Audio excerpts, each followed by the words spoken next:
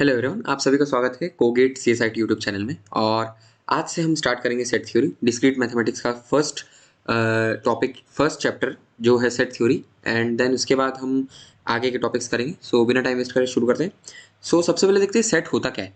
तो मैंने जैसे यहाँ पर लिखा हुआ है, आप देख सकते हैं, set is defined as an unordered collection of distinct elements is called a set. ठीक है, तो सेट को हम ऐसा बोल सकते हैं कि ये एक कलेक्शन होता है, ये किसी भी चीज़ का कलेक्शन हो सकता है। मे बी अल्फ़ाबेट्स, ठीक, या फिर आपके नंबर्स का कलेक्शन हो, या फिर किसी भी चीज़ का कलेक्शन जो रहता है उसे हम सेट बोलते हैं, है ना। डिफरेंट मतलब ऐसा भी रहता है कि कुछ एक ऐसा सेट भी रहता है जिसमें नंबर्स हैं कुछ और कुछ अल्फ़ाबेट है, तो वो भी एक सेट कहलाता है। ठीक है, बट जो मेन चीज़ हमें इसमें ध्यान रखना है वो क्या है कि सेट के अंदर डिस्टिंक्ट एलिमेंट्स होते हैं। सबसे मेन चीज़ कि सेट के अंदर डिस्टिंक्ट एलिमेंट्स होते हैं आपके। एंड दूसरा कि अनऑर्डर्ड कलेक्शन होता है सेट। अनऑर्डर्ड मतलब, सबसे पहले मैं बताता हूँ अनऑर्डर्ड क्या होता है। अनऑर्डर्ड कलेक्शन मतलब आपके सेट में जो ऑर्डर है वो मैटर नहीं करता। ठीक है, अब वो ऑर्डर कैसा हो गया, जैसे असेंडिंग ऑर्डर हो गया, डिसेंडिंग ऑर्डर हो गया, तो वो ज़रूरी नहीं मैटर करे।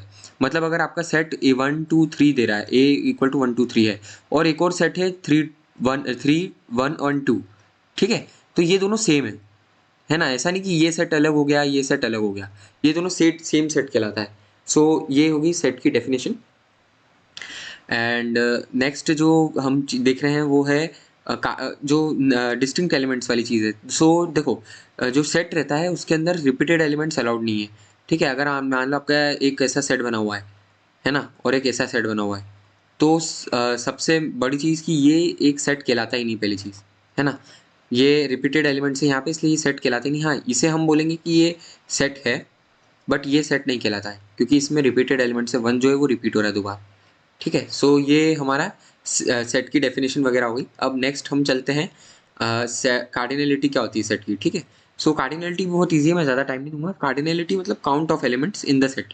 सिंपल सिंपल लैंग्वेज में count of elements in the set, इसे हम कार्डिनलिटी बोलते हैं। जैसे अगर यहाँ मेरा सेट 1 2 3 है तो इसकी कार्डिनलिटी 3 हो गई। ठीक है, ये होता है कार्डिनलिटी। नेक्स्ट है नल सेट। अब नल सेट क्या होता है? Null set is a set in which has no elements. ठीक है, मतलब ऐसा सेट जिसके अंदर कोई एलिमेंट ही ना हो, खाली सेट है, उसे हम नल सेट बोलते हैं। ये जैसे सेट ए इक्वल टू ऐसा दिया हुआ है अगर, है ना, तो ये खाली सेट है। तो ये इसको हम फाई से भी डिनोट करते हैं, मतलब दो तरह से डिनोट करते हैं। एक तो ऐसे हम दो करली ब्रैकेट बना देते हैं, या फिर सिंपली फाई से डिनोट करते हैं, तो ये एम्प्टी सेट होता है। इसकी कार्डिनलिटी हमेशा जीरो होती है, और वो होगी भी क्योंकि इस सेट में कोई एलिमेंट है ही नहीं, है ना। ये हो गया हमारा नल सेट। अब हम नेक्स्ट चलते हैं, अगला हमारा जो इम्पॉर्टेंट टॉपिक है। ओके, नेक्स्ट है सिंगलटन सेट। तो सिंगलटन सेट ऐसा सेट है जिसमें आपके मतलब जो कार्डिनलिटी है सेट की वो 1 है, मतलब आपका सिंगल एलिमेंट है वो। अगर जैसा ऐसा है तो ये सिंगलटन सेट कहलाता है ना। ये 1 2 है तो ये सिंगलटन सेट नहीं कहलाएगा क्योंकि इसमें 2 एलिमेंट है। हाँ, अगर आप देखो तो इस टाइप का अगर लिखा हुआ है तो ये भी एक सिंगलटन सेट है। इसका मतलब ये नहीं कि एम्प्टी सेट है। ये लोग, कुछ लोग समझेंगे कि ये एम्प्टी सेट है, नहीं। एम्प्टी सेट तो अगर सिंपली ऐसा लिखा है तो है, पर यहाँ तो सेट के अंदर एक सेट बना हुआ है, खाली सेट बना हुआ है। मतलब बड़े बाहर वाले सेट के लिए ये सिंगलटन हो गया, लेकिन अंदर वाला सेट भले से एम्प्टी हो, बाहर वाले के लिए वो सिंगलटन कहलाएगा। ठीक है, ये होता है सिंगलटन सेट। ये एक इंपॉर्टेंट पॉइंट है याद रखने के लिए कि ये भी एक सिंगलटन सेट होता है। ओके, अब नेक्स्ट चलते हैं, जो हमारा अगला है नोटेशंस। ओके, हमारा जो नेक्स्ट है वो है नोटेशंस। इसमें सबसे पहला नोटेशन है बिलोंग्स टू। ये आप यहाँ देख सकते हैं, जैसे टू बिलोंग्स टू ए, इसे हम इससे डिनोट करते हैं। ठीक है, नेक्स्ट है डजंट बिलोंग्स टू। उसका मतलब है यहाँ पर मैंने एग्जांपल लिखा है 4 डजंट बिलोंग्स टू ए।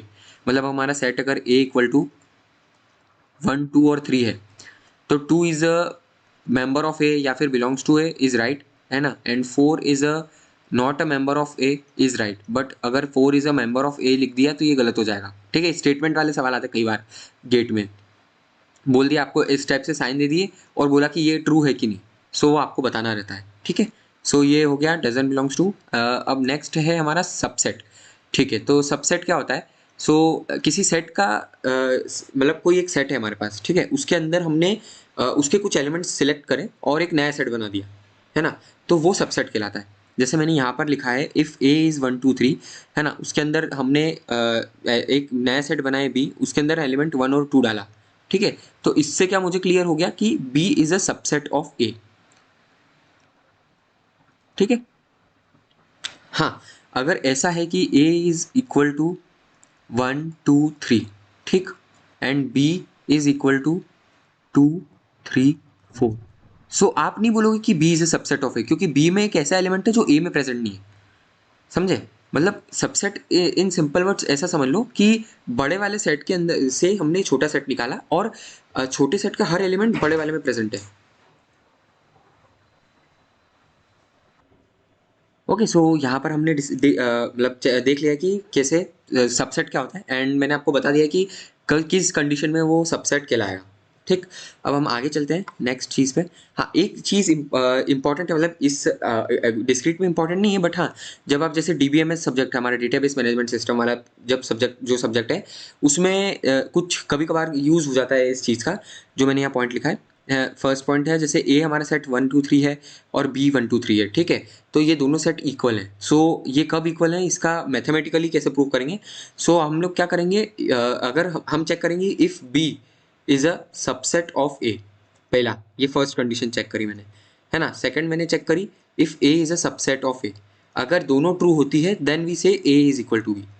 ये आगे काम में आएगी DBMS में, अभी आपको अगर नहीं इसकी ज़रूरत नहीं पड़ेगी अभी आपको, वैसे तो बहुत आसान सी चीज़ है ये, बट मैंने फिर भी आपको बता दी, है ना। सो अभी अपन नेक्स्ट पॉइंट पे चलते हैं। ओके, सो हमारा नेक्स्ट पॉइंट है नंबर ऑफ सबसेट्स का फॉर्मूला है, ठीक है। नंबर ऑफ सबसेट्स के निकालने के लिए या तो एक फॉर्मूला है 2 की पावर n, जो मैंने यहाँ लिखा है, आप इसे भी याद कर सकते हैं, बट बहुत सारी चीज़ें होंगी याद करने के लिए, ऐसे इकट्ठी हो जाएंगी। सो उसका तरीका सिंपल है, अगर आप मान लो कभी एग्जाम में भूल गए कि नंबर ऑफ सबसेट क्या आएंगे, तो एक कुछ मत करना, एक सेट कंसिडर कर लेना, है ना, उसके अंदर 2 एलिमेंट ले लेना 1 और 2, ठीक है, सिर्फ एग्जाम्पल के लिए, ताकि आपको याद आ जाए हाँ सबसेट का फॉर्मूला क्या है ना। अब उसके सबसेट्स निकालना चालू करना। तो सबसेट में एक पहला सबसेट क्या होगा हमारा 5, ये तो हमें मालूम है कि 5 is a subset of every set, empty set कहलाता है और वो हर सेट का सबसेट होता है, ठीक है। सो ये हो गया हमारा 5, एक एक सबसेट, है ना। दूसरा सबसेट हो गया हमारा सिंपल 1, तीसरा हो गया 2, चौथा हो गया 1 कॉमा 2। तो हमारे दो एलिमेंट में हमारे दो एलिमेंट थे, तो हमारे सबसेट कितने हैं 4, ठीक है। 3 एलिमेंट होंगे तो हमारे कितने आएंगे 2 की पावर 3, 4 एलिमेंट होंगे तो हमारे कितने आएंगे 2 की पावर 4। ये है ये तरीका है, मतलब आप प्रैक्टिस करेंगे तो आपको याद हो जाएगा 2 की पावर n वाला फॉर्मूला। बट अगर मान लो आप एग्जाम में भूल गए तो मैंने उसकी आपको ये एक शॉर्टकट ट्रिक बता दी ताकि आप वहाँ पर आपको याद आ जाए एकदम, ठीक है। सो ये हो गया नंबर ऑफ सबसेट्स निकालने का फॉर्मूला। एंड जो नेक्स्ट चीज़ है, हाँ, दो इंपॉर्टेंट पॉइंट जैसे मैंने यहाँ लिखा है, एक तो मैंने आपको बता ही दिया है कि null set 5 is subset of every set, ठीक है, यहाँ हमने कर ही लिया इसको यूज़। एक और चीज़ है जो यहाँ पर मैं बताना भूल गया कि 1 2 जो हमारा सेट खुद है वो भी उस सबसेट हो सकता है, ठीक है। Set can be subset of मतलब इट्स पावर सेट। यहाँ मैं ये पॉइंट मैंने थोड़ा गलत हो गया है, इसको आप चेंज कर देना। यहाँ पर लिखा हुआ है ये इसका मतलब है कि जो सेट है वो पावर सेट का सबसेट हो सकता है, मतलब जो सेट है वो सबसेट हो सकता है, सीधी बात, ठीक है। ये होता है हमारा ये हमारा कंप्लीट हो गया। और नेक्स्ट है हमारा पावर सेट। पावर सेट क्या होता है, सो पावर सेट को हम पी ऑफ ए या फिर हम 2 की पावर ए से, मतलब पावर सेट ऑफ ए अगर बोला है तो उसे हम या तो पी ऑफ ए बोलेंगे या फिर 2 की पावर ए बोलेंगे, ठीक है। तो पावर सेट का मतलब होता है it is a set of all the subsets possible, है ना। मतलब कोई सेट ए है, उसके ऑल पॉसिबल सबसेट्स जो होंगे, ठीक है, वो कहलाता है पावर सेट। मान लो अगर यहाँ पर जैसे मैंने एग्जांपल दिया है ए इक्वल टू 1 2 3, ये हमारा सेट है। सो इसमें आपका पावर सेट क्या होगा, सबसे पहला तो एम्प्टी सेट आता ही है, और दूसरा हमारा जो खुद पूरा सेट है वो भी आता ही है, मैंने आपको ऊपर बता ही दिया था। Power set is subset of its power set, ये पॉइंट है इंपॉर्टेंट, ठीक है। इस पॉइंट को आप कंसिडर करना, ये हटा देना, ये गलत है, हटा दूंगा मैं इसको, ठीक है।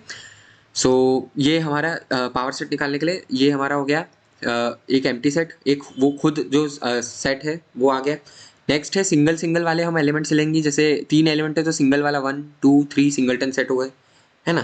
देन हमने दो दो के कॉम्बिनेशन ले लिए 1 2 2 3 1 3, एंड फिर आखिरी में 3 का एक जो है, मतलब हमारा जो सेट खुद है वो आ गया। सो ये हो गया हमारा पावर सेट ऑफ ए, इसे इस पूरे को हम बोलेंगे पावर सेट ऑफ ए, ठीक। सो ये हमारा मतलब पावर सेट हो गया। नेक्स्ट जो हम जाते हैं, मतलब मैंने यहाँ मतलब आपको प्रूफ इतना ज़रूरी नहीं है, आप चाहे तो ये पढ़ सकते हैं। मैंने इसका लॉजिक दिया है कि 2 की पावर n आता कैसे है, ठीक है, बट आपको ज़रूरी नहीं कि आप इसे पढ़ो। अभी आप मतलब प्रैक्टिस करो तो याद ही हो जाएगा, और गेट में वैसे भी प्रूफ्स तो पूछते नहीं है ना। सो जो नेक्स्ट हमारा लास्ट टॉपिक है आज का, वो है प्रॉपर सबसेट।